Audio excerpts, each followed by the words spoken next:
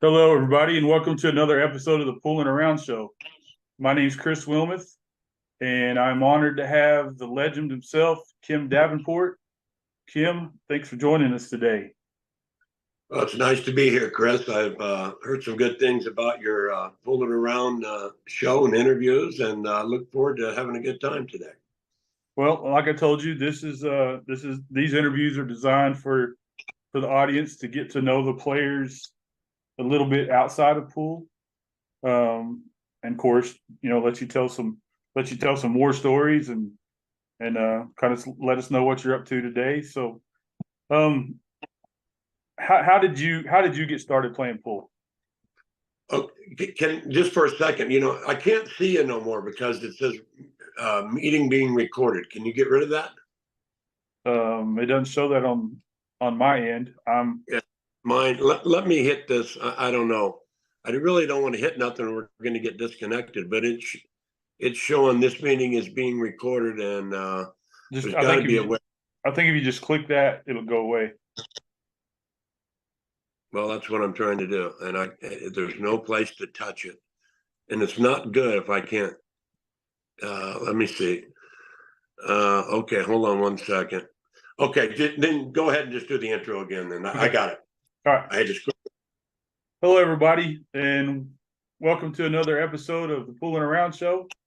My name is Chris Wilmoth, and today I'm honored to have the legend himself, Mr. Kim Davenport. Kim, thank you for joining us today. Hey, Chris, it's nice to be here, and I think we're going to have a fun time today. Hopefully, I can give some insight on the past and the present, and hopefully the future, and we'll see what happens. Hopefully, I can answer some questions you have and maybe give a little insight also. All right. So, like I told you, these interviews are designed for the audience to get to know the players a little bit outside of pool, and then kind of let them know what you're up to these days. So, how did you get started playing pool? Wow, that's a long, long time ago. I was around 10 years old, and I was in a town called Ceres, California, and all the other guys were out playing baseball and running around and doing what 10-year-olds do. And I stumbled into the pool room downtown one day, and I had to get a note from my mother to go in and all this stuff. And immediately, when I first picked up a cue, it was like it was made in my hand. And it wasn't, but maybe a week later or 2 weeks later that I was actually beating a lot of the men that was in there, because there wasn't too many kids in there. But I had my mother said, okay, well, I'll let you go. You've been a pretty good kid. And that's how it basically started. And then I played until I was about 14.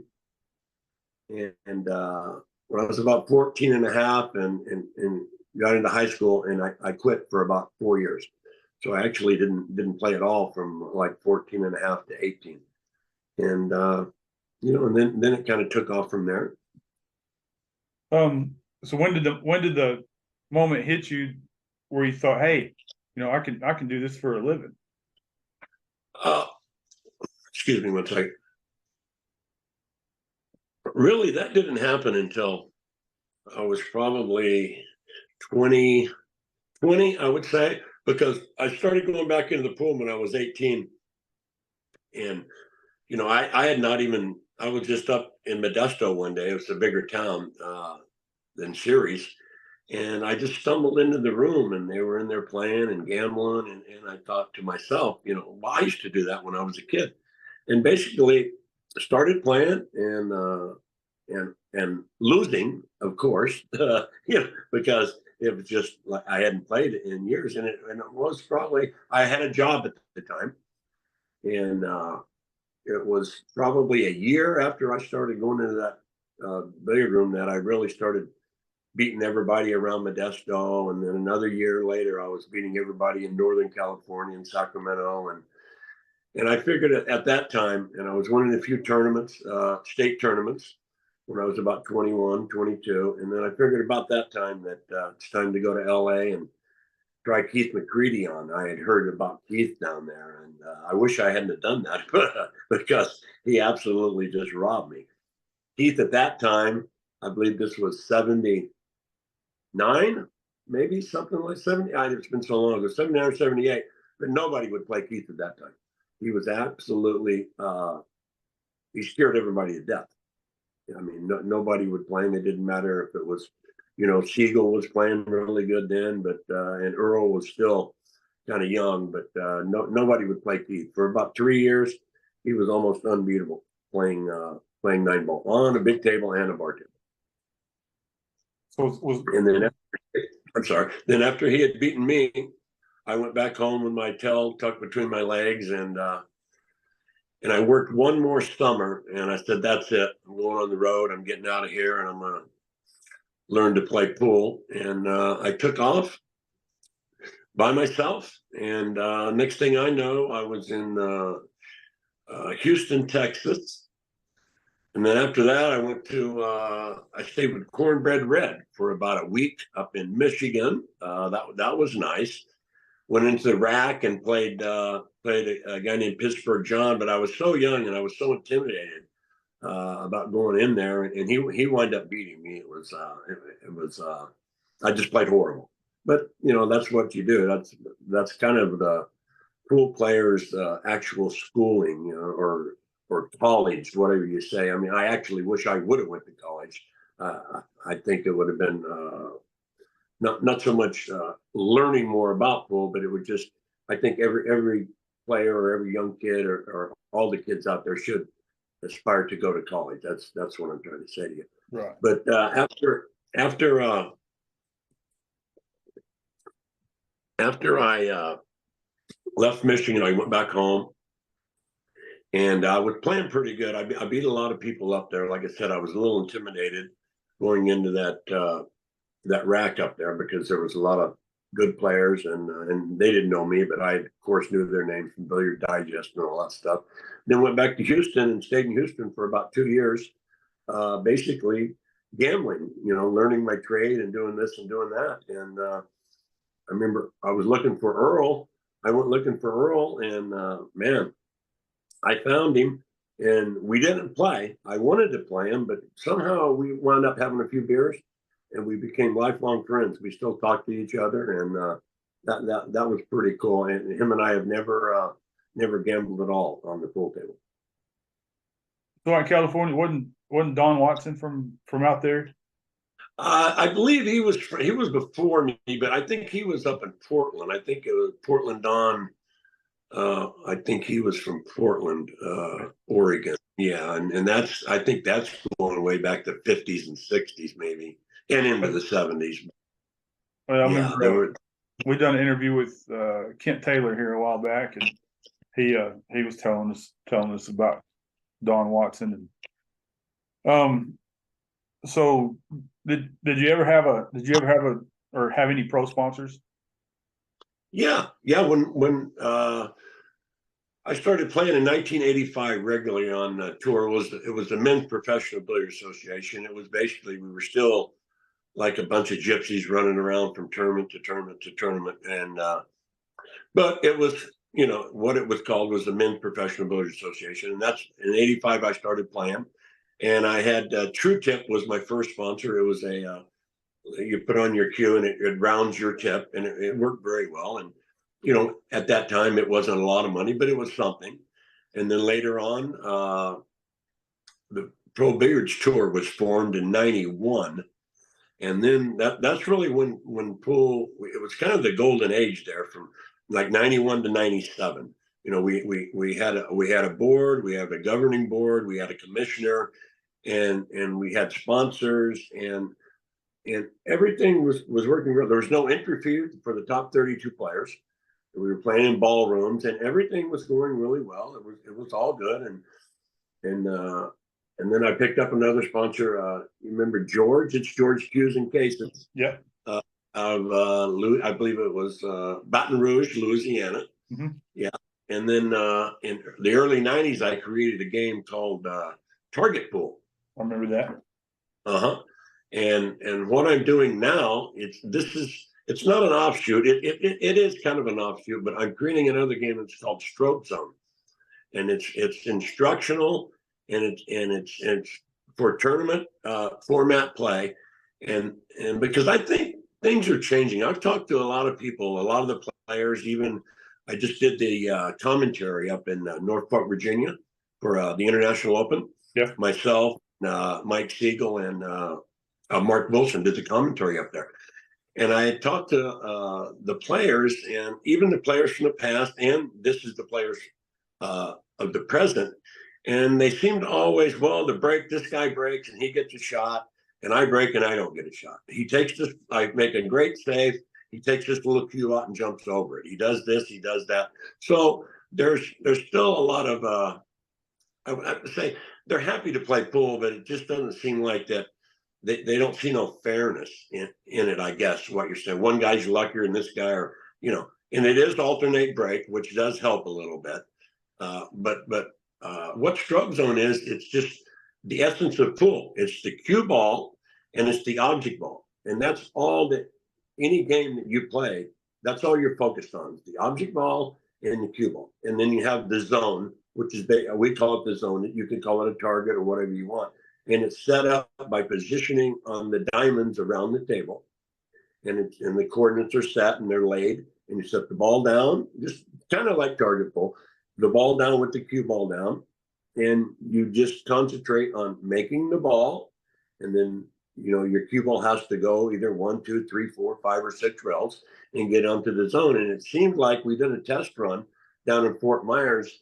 And it seemed like that the people who were there that were watching it, they were like, the cue ball's going 2 rails and it's coming around out of the corner. And it seemed like the ball took forever to get to the zone. But once it got in the zone, and then if it was in the bullseye, then it was really like exciting to them. But I'm not saying 10 ball or 10 ball. We're not trying to replace that at the Pro Billiards Tour. I just think this game here, and once the pros play it, and in 2024, I really believe they're going to be playing it. We are going to have some tournaments. And I think it's better for TV only because there's 2 goals. The first goal is to make that ball. And they're not easy shots either, but these great players, they shouldn't have no problem. And second is making that cue ball do what you want with it, making it go around 2 rails or 1 rail or 3 rails, and getting in, if you get in the actual red zone, that's a higher point than the white and the blue. Where nowadays, even when I was playing, when we were playing 9-ball, you'd break the balls, you get a shot on the one, and basically once you were in line, in position, well, everything else you could basically just turn your head and shoot and make everything. Because people say, look how easy that game is. It's so easy. I said, yeah, it's easy, but it's easy all because we're on an angle all the time, on an angle from one ball to the next. So I think it's going to be a very exciting game. I really do, and I'm looking forward to it. And I think even television, I think will enjoy this only because, like I said, it's the object, the cue, and then the zone. So is there any one person, any one player these days that you enjoy watching? Well, I enjoy watching all the great players of today.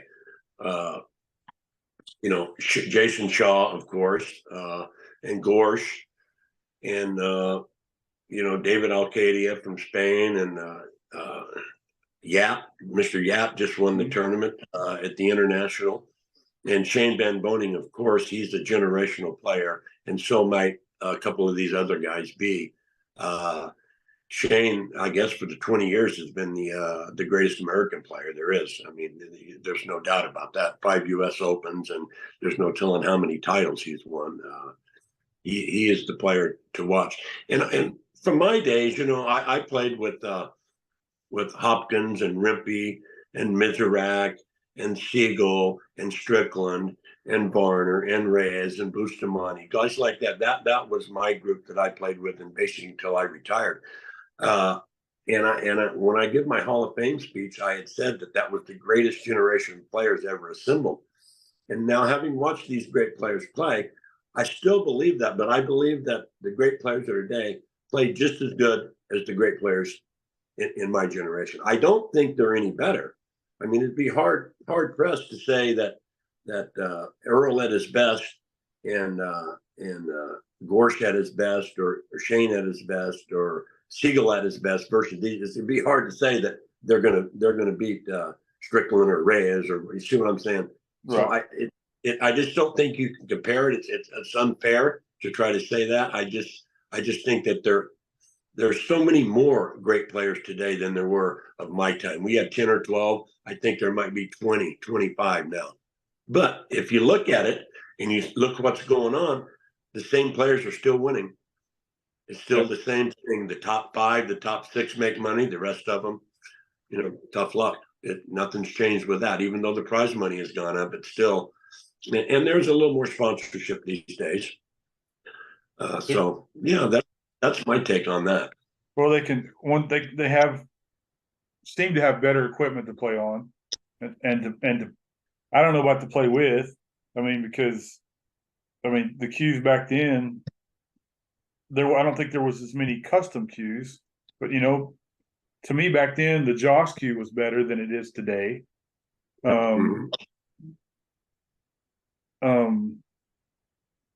Sean's been around for a long time, and I would almost, for a production cue, I would say it hits just as good as any custom cue does. But I mean, that's just me. I think you got better equipment to play on. Right. Access, of course, the access to other people and how they play is way easier today than it was back, in the 70s and 80s. I know y'all I think everybody had a spot book, but today is Fargo. Right. Oh, as far as like your rating and this and It's right. It's right to get a line on how somebody plays. Yeah, that's hard for me to. I'm still not quite comprehending. Your Fargo is 620 and mine is 540, so you got to give me. I'm still kind of at lost with that. But getting back to the equipment side, the equipment today, even though they've tightened the pockets for the tournaments, that makes it a little tougher. But what makes it a little easier is that the cloth is so much faster. Right. They seem to do a lot of little. They don't have to go around 4 rails for shape anymore. It seems like they can just bunk the ball around the table, and not that they don't let their stroke out, because all the great players have stroke. But back when I was playing in the early '80s, you had to really work that cue ball around because you had nap cloth. You didn't have the Simonis, and it was like, man, it was a chore trying to get around the table. So, but in that respect, the equipment is better. I've always been a Brunswick guy. Now, I'm not knocking any other table. I grew up on Brunswicks, and that's I always thought the rails were truer. But it was my understanding, and I did hit a ball on the diamond table at the International, and the rails, they seemed to have done something to the rails where they're a lot truer than they were when I was playing on them. So right. That's good for them. The cues, there was 3 or 4 cue makers, I think, when I first started playing. Danny James and Bill Stroud from Oklahoma. You're part of the neck there. Josh East, Josh West, and Gus Zambodi. I remember I purchased a Gus Zambodi for $280. $280 in 81 or 82. And I was playing in a tournament in New Jersey at Resorts International. And Gus was there. Well, I couldn't get used to the cue. I just got it like 2 weeks before the tournament. So I was breaking with it. And Gus is sitting there watching me, and he looks at me, and after it was over, I said, Gus, I just got the cue. I can't, I'm breaking with you. And he said, okay, Tim, I understand. And I used that Zambodi basically my whole career to playing until basically I retired. Well, I met you in 1997. You played at Magoo's in the Camel Pro Tour. Okay, that's correct. Yeah. And I think it's either before you played Gabe Owen or right after. I don't remember, but they had the they had the flyers or the event schedule, you know, for everybody to have, so they could see who is who, and of course I had several of y'all autograph it, and then of course I was the girl I was married to at the time. She didn't like me playing pool whatsoever, and she got mad at me and tore it up. And so yeah, so that's where I met you. That's another story. You want to get into that? No, not with my current wife in the other room. I'm just kidding. So, you know, I see all these championship titles, you know, from 85 to 2002. Is there one of them that you're the most proud of? Well, they were all tough to win because, you know, it was just full fields. I'm not so sure I'm proud of one of them than the other. I mean, you know, the one in New York was it was a world championship. That's what my trophy says. But yet, if you listen to the magazines, they try to everything that was done from 91 to 97, they're trying to act like it doesn't exist because it was the Pro Billiards Tour. So maybe the tournament and PPA, World Championship, the Masters, and the rest of my. I was always nice that I could play well in Reno. I lived in Modesto, about 190 miles from Reno, and my parents got to go up and see me win a few times there, which is always nice because that don't happen to a lot of the players, especially nowadays. There's so much international field going on that the players are traveling all over the world. I think they spend most of their time sitting in front of a 747. So it was always nice to from friends and family there. And yeah, but you know, they were all special. You know, I guess the first one might have been the most special because in Bowling Green, I beat Earl Strickland, Buddy Hall, and then little David Howard to win the tournament.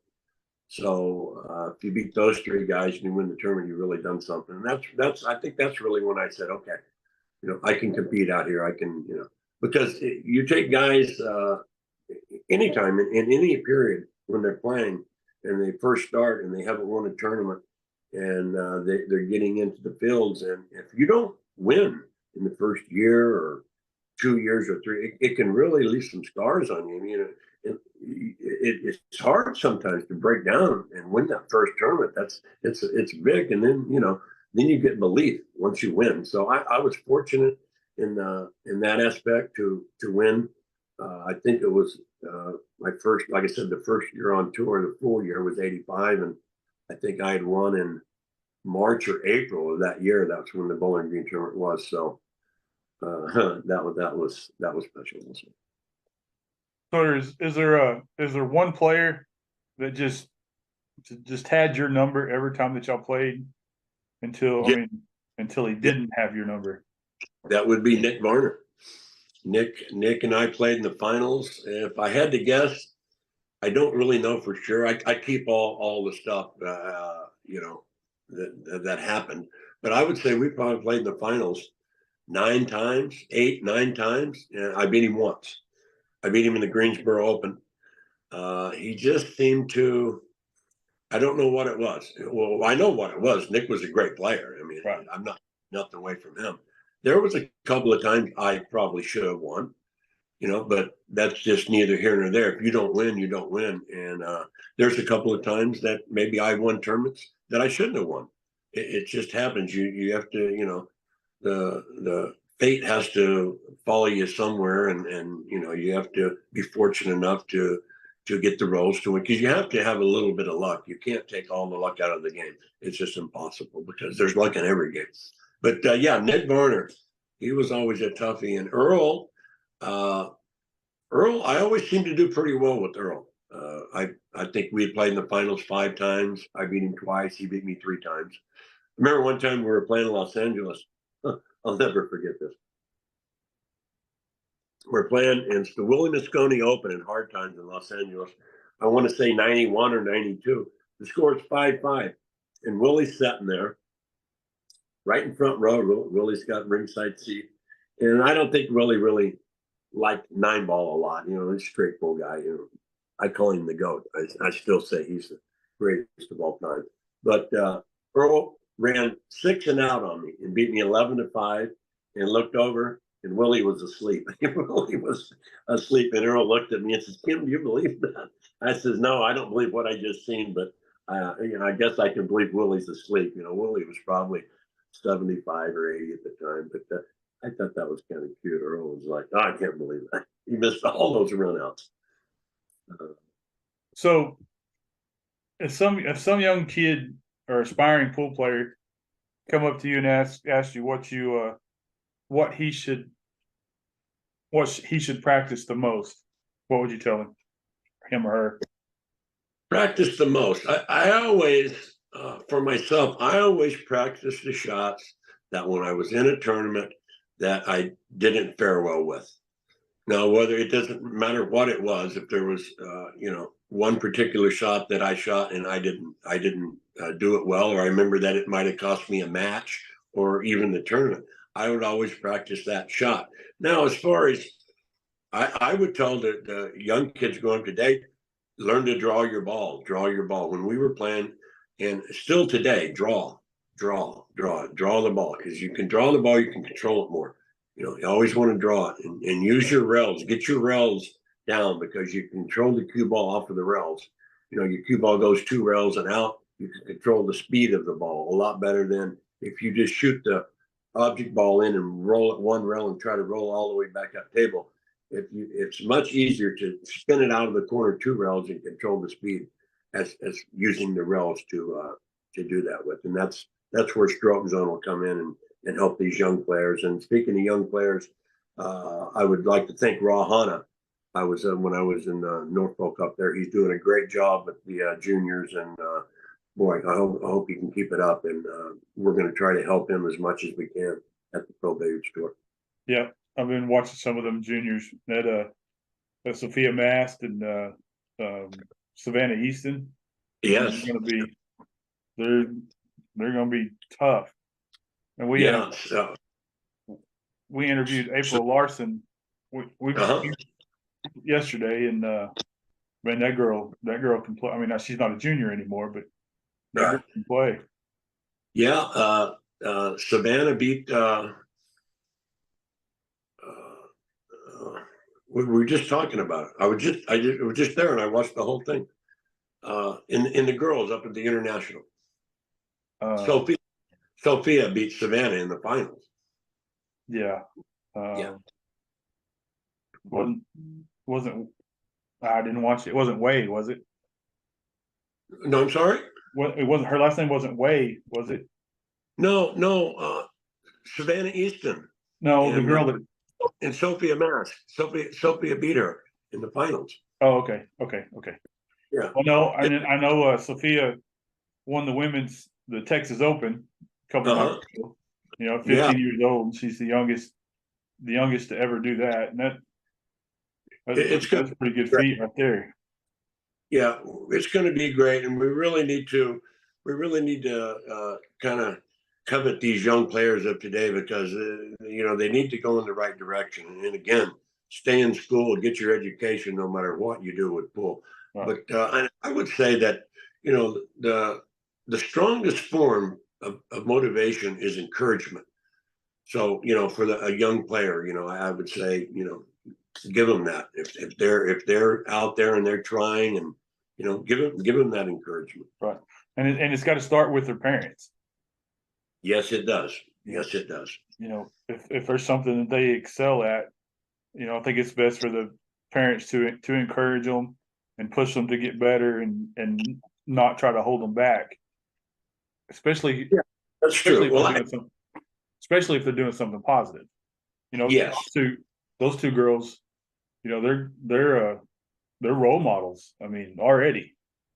Oh yes. Well, they have the internet to go by now. I mean, they're like, I don't want to say internet stars, but for pool they are. I mean, you know, they're on their own. And they know how to promote themselves. Yes, they do. And something happened a while back. Let me have a drink of water here.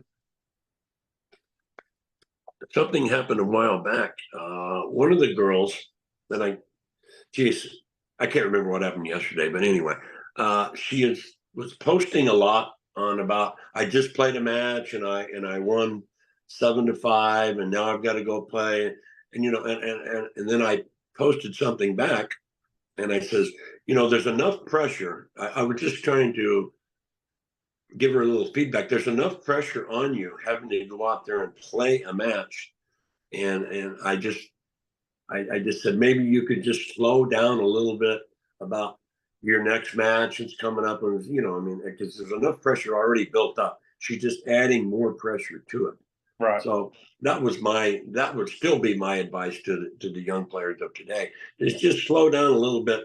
Oh, I've got to play this guy next, and he's beat me the last 3 times, and you don't need that added pressure.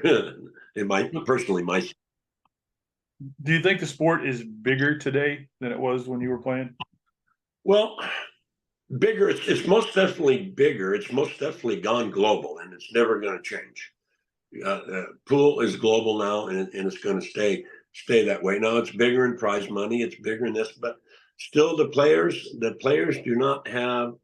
It's basically the producer's show. The producers, Matchroom or Predator or whoever, it's their show. They say we play with this chalk, maybe not the chalk, but we play with these balls, we play with this cloth, we play with this table. This is where we play. This is what time we play.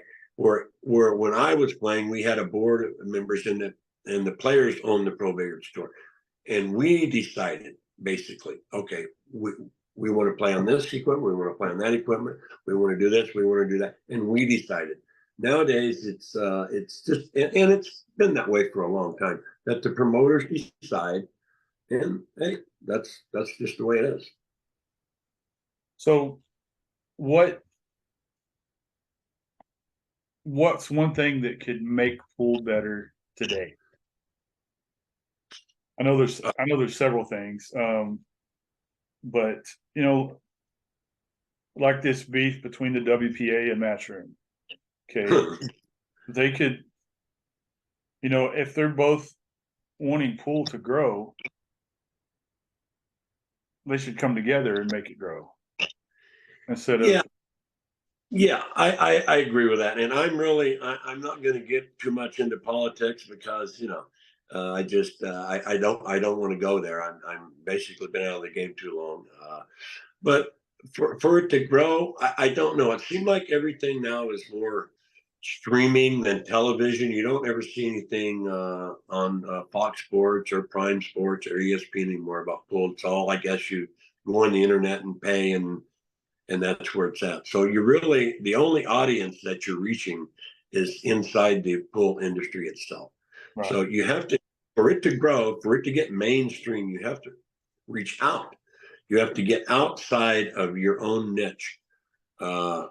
And that's my belief anyway. And the players have to form a union and be strong because they're the show, and right. and they're for them, they're the attraction. They're the attraction. No, I understand that the promoter and the producer is putting up money for them to do. Believe me, on the back end, they're making plenty of money. So, it's like any other sport. Without the players, there's nothing. Without the players, there's nothing. Right.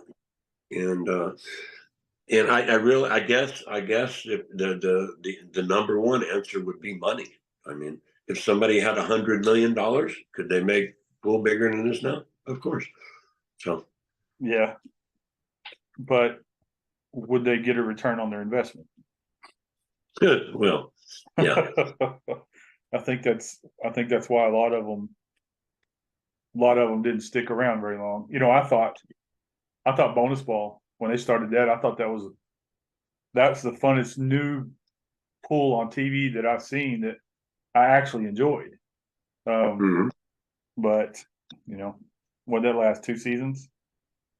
I don't know. I heard they had a show here a while back or something, and nobody watched. Yeah, I don't know. It was very poorly produced, very poor lighting. It was boring. And and Johnny Archer. I mean, he had 4 great players, two legends and two current superstars at the game, but it was still boring.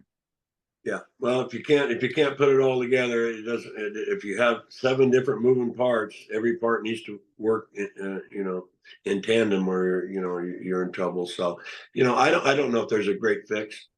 The great fix for me would be if the players, like I said, get together and they have one word. They all stand together. That's where I think it's big. And I think they could grow from there. And these people have to understand. I know when we formed the Pro Bears Tour in '91, there was a lot of people that didn't like it. We made a deal with Simonis. We actually brought Simonis up to the level that it's at today. We made them. They paid us a royalty on every single cloth they sold, and we played on it for those 7 years. And by the time those 7 years are over, there wasn't no more cloth. It was just Simonis, and that was it, basically. Mm-hmm. And it seems like it's that way today. Now, maybe not for the table side. If you own a home table, there's other cloths, but predominantly it is Simonis cloth. Yeah, except for in the WPA now, since they use Predator tables, they're using Predator cloth. So yeah. I guess politics or policy. I don't know. And politics doesn't belong in pool. I completely agree that it does not belong. But and if you're a player trying to get into politics, your game is going to suffer. I was on the board for a couple of years in the '90s, and you have these 2 or 3 hour meetings, and then you got to eat dinner, then you got a match, and you just need to concentrate on playing pool. And the American game, I don't know. We're going to change 40 now. We're going to need a couple of superstars coming up, and I just don't know. I know we have a few young, really good players, but back in the '90s, all the way from, except for the Philippines now, from the '80s into the early '90s, it was American game.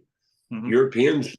We went to the first World Championship that WPA had in 1990 in Berkheim, Germany, and there was 8 of us went, and we all finished top 8. The next year it was in Vegas. I think it was the same thing. But then the Europeans, and now Ralph and Oliver could play back then, but they just started then. Then all of a sudden, by the mid '90s and into the year 2000, then it had exploded. Right. Europe was on fire. There was a lot of great players coming out, and out of China and out of Taiwan, and so now it truly is an international game. It's global. They had a Midwest. They used to have a Midwest 9-ball tournament or 9-ball tour that Evelyn and Danny Dossart ran, and they had one at Norman at a pool hall. It's called Huxley's, uh-huh. And I met. It's the only time that I've ever met him, but I met Jose Perica. Okay. And that guy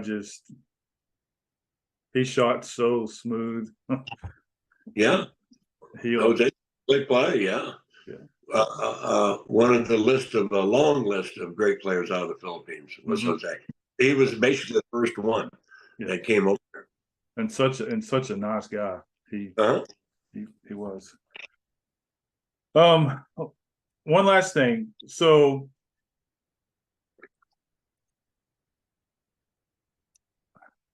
my whole train of thought just left. I hate that. I just turned 50 and everything just going downhill now. Well, you get 68 and see what happens to you. Yeah. Well, what's one bit of advice you'd want to leave the audience before we go, and we'll wrap it up. Okay. Some words of wisdom. Words of wisdom. Stroke zone. Remember that. That's coming. We're going to do it. The Mosconi Cup. We didn't really touch on the Mosconi Cup. Okay. I would say to the players playing today, just the American players, do not let the anticipation, because it's growing now, don't let the anticipation be greater than the conquest. Just remember that. And you have to be on your game when you're there. You have to play your best when you're at the Mosconi Cup. It's not like a tournament. There's more pressure on the Mosconi Cup than there is any other tournament. So I'm pulling for the American team to win. And this is where I wish that that if you're playing at home, you get to choose how you play the ball, the cloth, to this, to that. No, they're not playing at home, but when they come back, you know, because they changed it. I played 97, 98, 99, and then they changed the rules, I think 5 or 6 years later, and it helped out the Europeans. Well, they've yet to change the rules back to help out the Americans after we've lost so many years. But I would say, just like I said, don't let the anticipation be greater than the conquest. And good luck to you out there, the Stony Cup boys coming up. All right, guys. I want to thank y'all for joining us. I want to thank Kim for joining us. I really enjoyed it. If y'all enjoy content like this, please hit that subscribe button right down below. Give us a thumbs up and leave a comment and let us know how we're doing. And we'll see y'all next time on the Pooling Around Show. Kim, thank you. Thank you very much. See you later. See you down the road. Go USA. Yep.